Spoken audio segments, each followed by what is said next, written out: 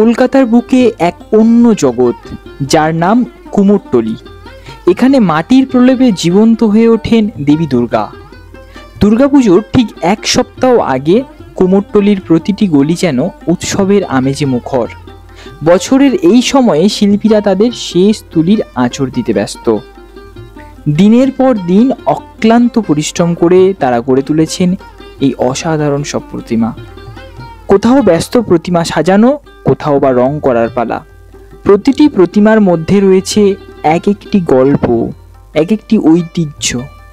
একদিকে যেমন মাটির প্রলেপে জীবন্ত হয়ে উঠছেন মা, ঠিক তেমনি অন্যদিকে এই শিল্পীদের জীবনেরও একটা বড় অংশ জুড়ে এই উৎসব।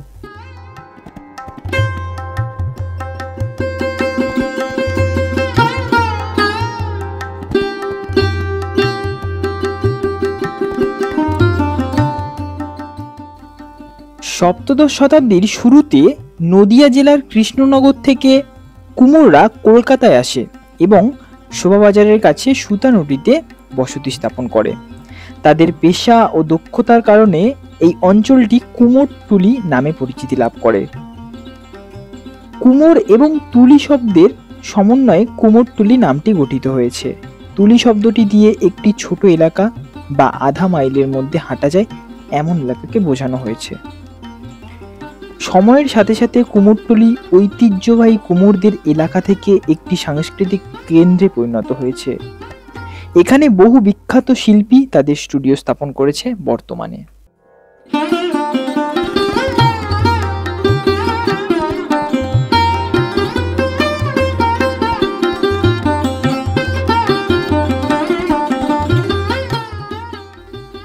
এই সময়ের সবচেয়ে পবিত্র মুহূর্তটি হলো চক্ষুদান, যখন শিল্পী তার সবটুকু আবেগ ঢেলে দিয়ে দেবীর চোখ আঁকেন। এই দৃশ্য দেখতে ভিড় জমে হাজার হাজার মানুষের।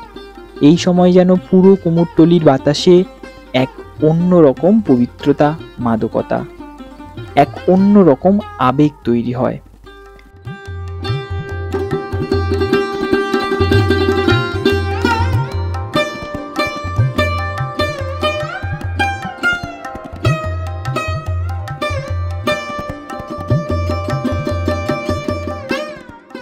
চক্ষুদান শেষ হওয়ার পরেই শুরু হয় আসল প্রস্তুতি। এই প্রতিমাগুলোকে এবার প্যান্ডেলে নিয়ে যাওয়ার পালা। ট্রাক, পিকআপ ভ্যান, এমনকি ছোট ছোট নৌকায় করে বিভিন্ন প্যান্ডেলে পৌঁছানোর জন্য তৈরি হয় মায়ের প্রতিমা।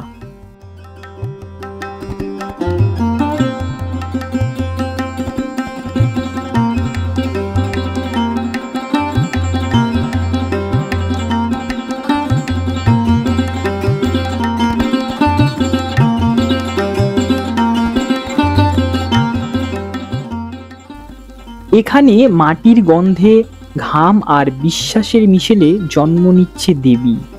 কারিগরের কোমল স্পর্শে প্রতিটি আঙুলে ফুটে উঠছে শ্রদ্ধা, প্রেম আর ভক্তির প্রতিচ্ছবি। ধুলো মাখা সেই মূর্তিগুলো যেন ধীরে ধীরে প্রাণ পাচ্ছে, যেন মাটির মধ্যেই লুকিয়ে আছে দেবত্বের আলো। এখানে প্রতিটি তুলির আঁচড় শুধু শিল্প নয়, এ এক নীরব প্রার্থনা, এক অন্তর্গত আরাধনা মা দুর্গার উদ্দেশ্যে।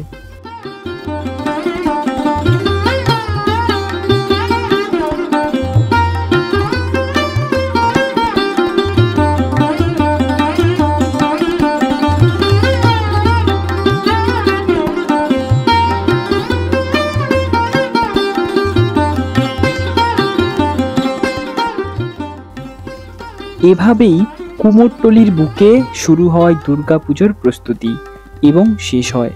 কিন্তু এই প্রস্তুতি শুধুমাত্র একটি উৎসবের প্রস্তুতি নয়, এটি বাঙালির ঐতিহ্য, সংস্কৃতি আর ভালোবাসার এক উদযাপন।